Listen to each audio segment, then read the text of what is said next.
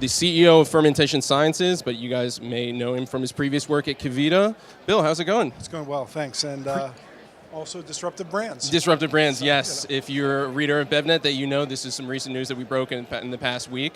So that's great. I mean, that's a great place to start. This is sort of the next chapter for you in your career. I know there's been some stuff in between. We can talk about that too. But sort of give our viewers an idea of what is Disruptive Brands and sort of what is the philosophy behind it. Sure. So Disruptive Brands is a private equity. Clearlight, it's backed by Clearlight Capital. It's their capital. Disruptive Brands is a platform that we've set up for my investment. I oversee and look into and make capital investments with Clearlight's capital. And we have an access of hundreds of millions available, up to $1 billion that Clearlight could potentially allocate to us. And we're really looking to find on-trend brands that are high growth, as well as some mature brands that are looking for some additional strategic thinking and leadership, some of which I might be able to provide given my experience and history, in order to continue to scale them and ultimately help maximize any potential for an exit. That's great, and I know it's going to cover food, beverage, also some other CPG as well. That's right. But seeing whereas at BevNet, talk a little bit about sort of what do you look for in your emerging beverage brands. I know that you like to be selective, and it's kind of a delicate area to play in. Yeah, no, I think that beverage is very competitive, and I think it's one of the hardest categories to break into. Of course, once you break into it, it's a fabulous platform.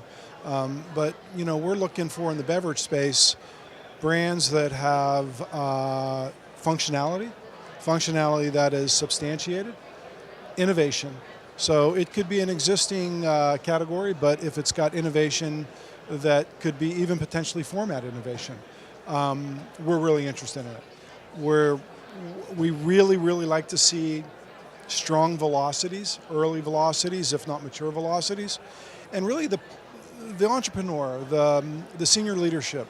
I really want to have feel a close chemistry with, so that when we push and pull on what we think is going to be something that they believe in and we believe in, that we could team effectively so that we can execute at shelf. And at the end of the day, having the team and the leadership in place that can execute at shelf is really, I think, an important part of winning in beverage. And you mentioned, sort of scientific substantiation research. I know that was a big element in Kavita. You guys were very committed to testing and making sure everything was up to standard.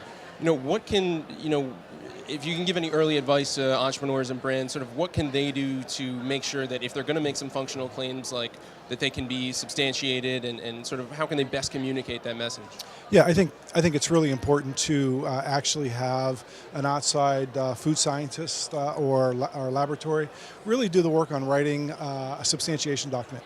If you're claiming immune boosting, or if you're claiming that it has functional amounts of probiotics or whatever it might be, to get that validated through research and get it written up, if it's antioxidant as well, so that you have something that you can lean on when you're category buyers, or when you're getting ahead in your consumer messaging or your social account or Instagram account. You could begin to really have some real comfort and ability to lean on that.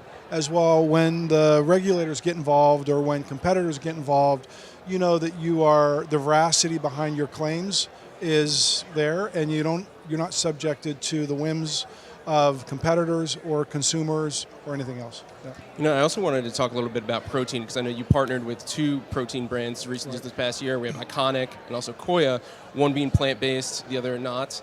Sort of, how do you see the sort of development of that category in general? We're clearly seeing a couple different directions where it could go. Right. Where do you see it sort of developing? Well, I think protein is a huge growth category. You're seeing it obviously in the paleo movement, all the different movements. So, I think that with regard to protein and protein beverages, it's a great delivery mechanism. And I think a lot of the functional values that you've seen in kombuchas, in some of the chia offerings with the omegas, I think a lot of that has yet to hit. You primarily see chocolate, vanilla, mocha, maybe a little strawberry. So I think that some of these younger, more innovative brands that I'm involved with are really getting ahead on having a secondary or tertiary functional benefit that they can really leverage, and I think that should come via flavoring, turmeric, etc. And if you could do that, you can ultimately provide a deeper functional value than just the protein. And in addition to the protein, there's different layers of protein as well that, without going too deep right now, you can get into. So protein at the surface level is protein, but I think as the market and the consumer gets more mature and educated about protein, I think they'll learn and want to have some of the more specific functional values of specific proteins as well. I know we have a few seconds left, Sure. but just a quick thought on the kombucha category, just being away from it, what do you think? Yeah. Real quick. I think it's growing. It's growing fabulously. I just heard from the new owners at PepsiCo that KeVita's, exceeding expectations, and so I expect it to land in the alcohol space more and more, and I think it's here to stay. All right, watch this space. Yeah, thanks. We'll be talking again soon. Great talking to you, Bye-bye. Bill. Yeah, sorry. All right, we're going to keep it moving here.